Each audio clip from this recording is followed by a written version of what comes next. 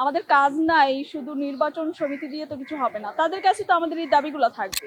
সামাজিকভাবে একটা বাধার ব্যাপার থাকে এবং কি যখনই বলি না কেন যে মিডিয়াতে কাজ করি, সিনেমায় কাজ করি, নাটকে কাজ করি, মানুষে একটু বুড়ো কুচকায়, একটু খারাপ চোখে দেখে, আঁকাবাঁকা কথা বলে, ভীষণ রকমের ভালো লাগছে। আর সব থেকে বড় কথা, এটা আমার শিল্পী জীবনের সবচেয়ে বড় স্বীকৃতি এবং সম্মান। একজন চলচ্চিত্র কর্মী হিসেবে দীর্ঘ সময় কাজ করার পর যখন সমিতির মেম্বার হতে পারলাম এবং প্রথমে হচ্ছে ফুল মেম্বার, তো এটা তো নিঃসন্দেহে একটি আনন্দের ব্যাপার। আর আর কাজ নিয়ে ব্যস্ততা ছিল, সবকিছু মিলিয়ে হয়নি। তো এবার মনে হলো যে না, এবার হতে হবে। এবারের পরিবেশটা খুবই ভালো, শান্ত মনে হচ্ছে। আগে মনে হতো একটু বেশি গরম, এখন একটু বেশি ঠান্ডাই লাগছে। তো হবে মনে হয়, গরম হবে কিছুদিন পর।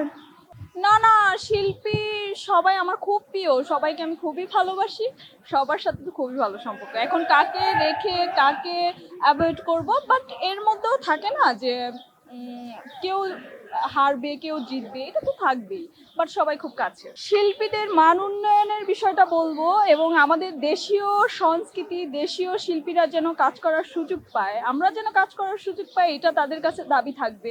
সমিতির যারা মেম্বার এবং যারা মেম্বার নয়, তারাও যেন আমাদের নাটক সিনেমাতে কাজ করতে পারে, এই বিষয়টার দিকে লক্ষ্য দেওয়া। আসলে কাজ যদি হয় না, অটোমেটিক সব পরিবর্তন হবে। আমাদের কাজ নাই, শুধু নির্বাচন সমিতি দিয়ে তো কিছু হবে না। তাদের কাছে তো আমাদের এই দাবিগুলো থাকবে। হ্যাঁ, বাধার ব্যাপারটা তো থাকে, সামাজিকভাবে একটা বাধার ব্যাপার থাকে এবং কি যখনই বলি না কেন যে মিডিয়াতে কাজ করি, সিনেমায় কাজ করি, নাটকে কাজ করি, মানুষে একটু বুড়ো কুচকায়, একটু খারাপ চোখে দেখে, আঁকাবাঁকা কথা বলে, মানে এইখানে ভাবে যে এক কথা সবাই খারাপ, এখানে ভালো বলতে কিচ্ছু নাই। বাট সব তো আসলে ঠিক না। ওনাদের ধারণাটা ভালো আছে, ভালো যদি না হতো তাহলে সব ধ্বংস হয়ে যেত।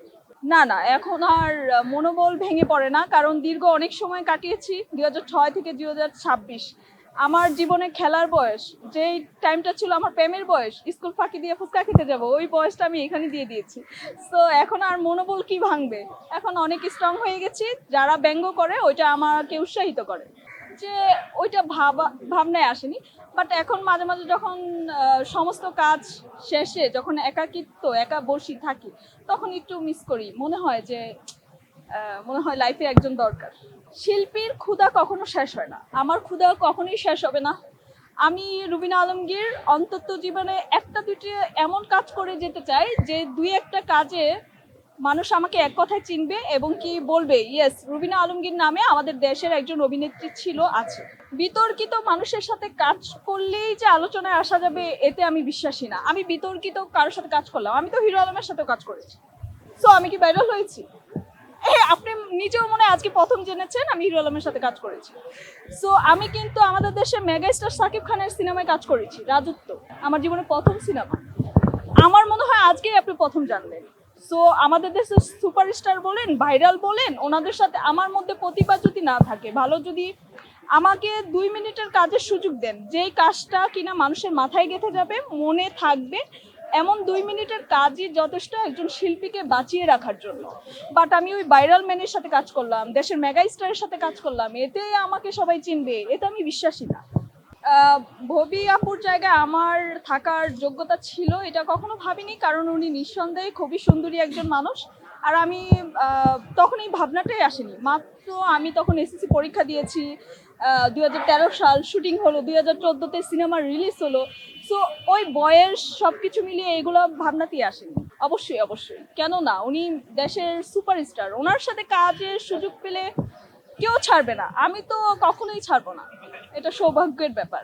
আমার কাজের জায়গাটা কতটুকু ছিল, আমার গুরুত্ব কতটুকু ছিল, এটা আমার কাছে ইম্পর্টেন্ট ছিল, আমি ওই জায়গা থেকে কাজ করেছি। বাট হিরো আলম যে তখন অনেক ভাইরাল বা কিছু একটা, ওগুলো তখন বুঝিওনি, বুঝে শুনে করিনি। আমি জিজ্ঞেস করেছিলাম আমার কাজের অপশন আসছে কিনা, তখন বললো যে ইয়েস, আপনার তো কাজ করার সুযোগ আছে। তো তখন দেখলাম যে আমার এখানে মূল্যায়ন আছে, সেক্ষেত্রে কাজ করা। ভবিষ্যতে যে কাজগুলো করবেন, সিনেমা হোক নাটক হোক, সেক্ষেত্রে কোন দিকে আপনি বিবেচনা করবেন বা গুরুত্ব দিবেন বেশি?